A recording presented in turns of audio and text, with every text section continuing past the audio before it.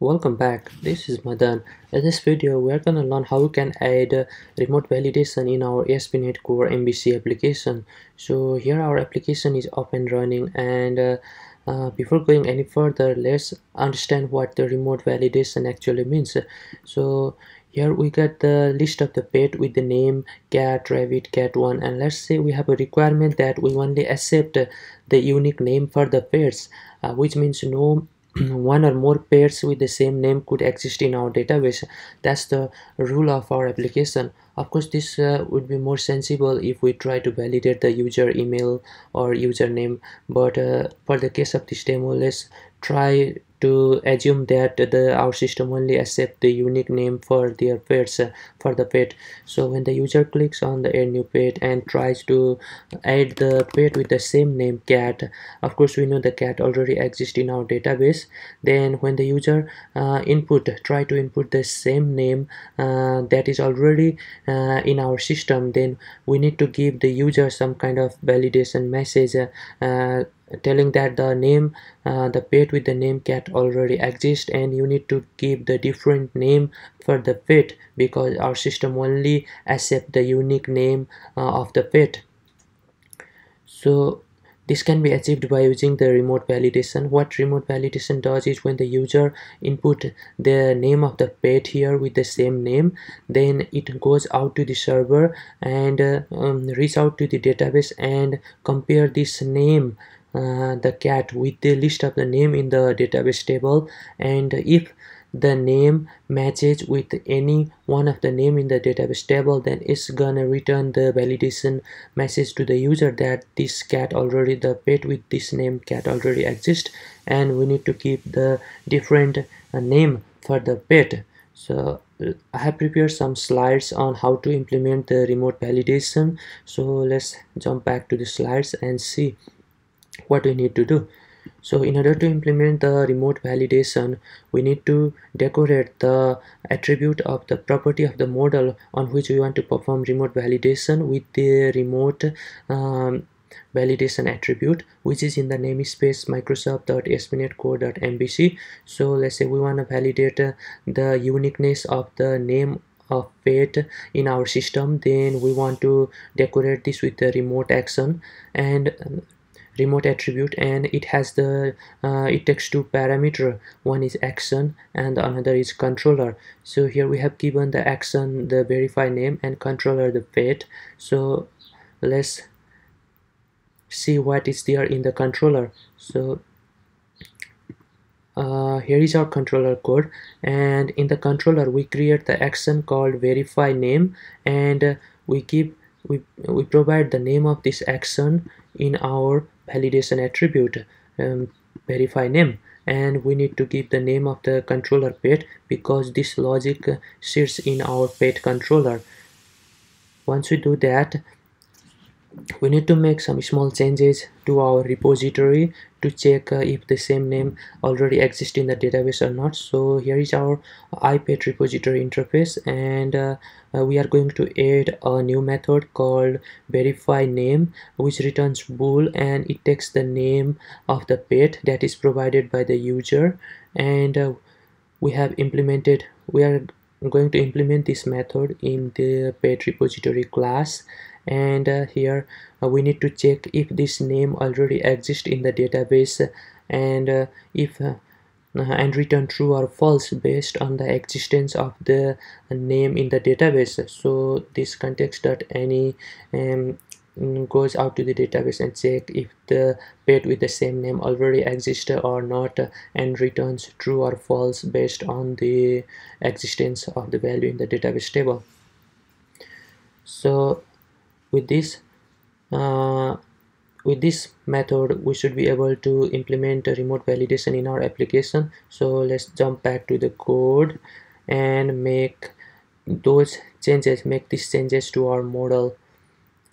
Let's head over to the pet model, and we want to implement remote validation to our name property. So let's decorate this with the remote validation attribute and bring in the namespace Microsoft ASP.NET Core MVC, and this requires the two parameter action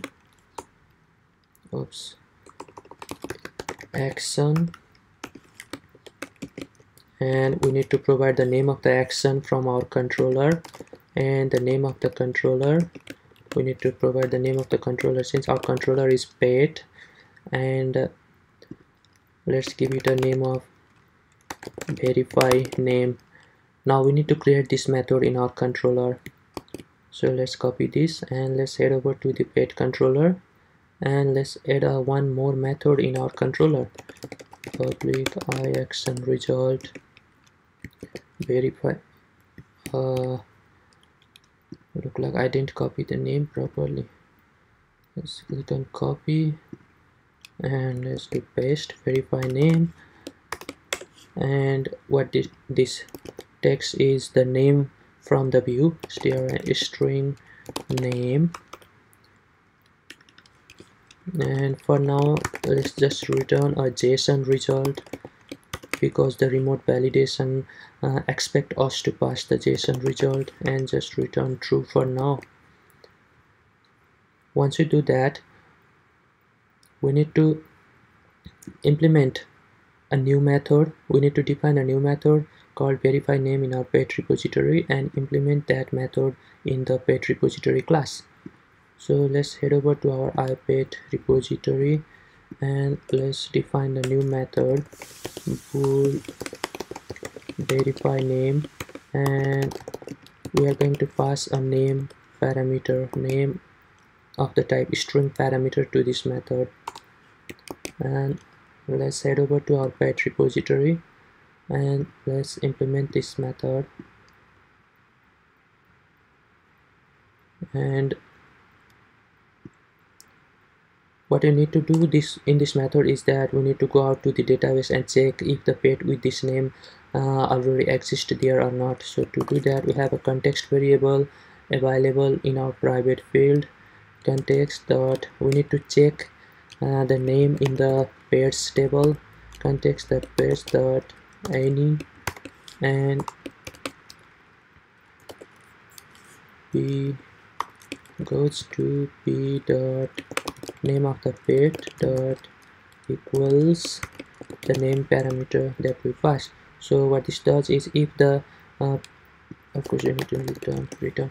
What this does is that if the pet with the same name already exists, it returns true, and if the pet with this given name doesn't exist, then it returns false. So let's head over to our slide, and I need to make a small change here in my slide. Here it should be pets. So this, and so our method to check the name of the pet with the list of the name in the database table is ready. Now we need to implement our method in our controller. So what we can do here is check if the pet with the supplied name exists in the database or not. So if our repository is available in the private field underscore pet repository, so we can call that method from here underscore pet repository dot verify name, and this requires a name as a parameter. So what this does is it returns true if the name already exists and returns false if the name doesn't exist. So if the name already exists, we want a user to give a validation message, so we can return JSON and a message the pet with name, and this name already exists in database, please try another name. And in order to place this name variable here, we need to give a $sign here. After this, our system should be able to check the name supplied name of the pet supplied by the user against the name of the pet in the database table and give the user appropriate response. So with those changes, we should be able to validate the uniqueness of the name of the pet. So let's head over to the application, refresh this, and let's try to add a new pet. We know that the cat already exists in our system, so let's try to add a pet with the name cat. I'm gonna type here cat, and here it is. It has given us the message that the pet with the name cat already exists in the database. Please try another one. So if we try to save this, it won't save, and let's say give it a name of cat1. Cat1 also already exists. Let's try to give it another name, cat2, and let's give it age and black, and let's try to save it. And our cat2 has been successfully added. So in this way we can perform remote validation, which is quite helpful. So this could be most commonly used to verify the username or the email if you have because we only accept the unique emails in our system or unique username in our system. If we have such a requirement, then we can always use the remote validation in our project. So here is the code that we need to add in our model, and here is the code that we need to add in our controller, and the repository contains the logic to check the value that is provided by the user against the list of the values in the database and returns true or false based on the availability of the name in the database table or not. Alright, that's it for now. I'll see you soon. Thanks for watching.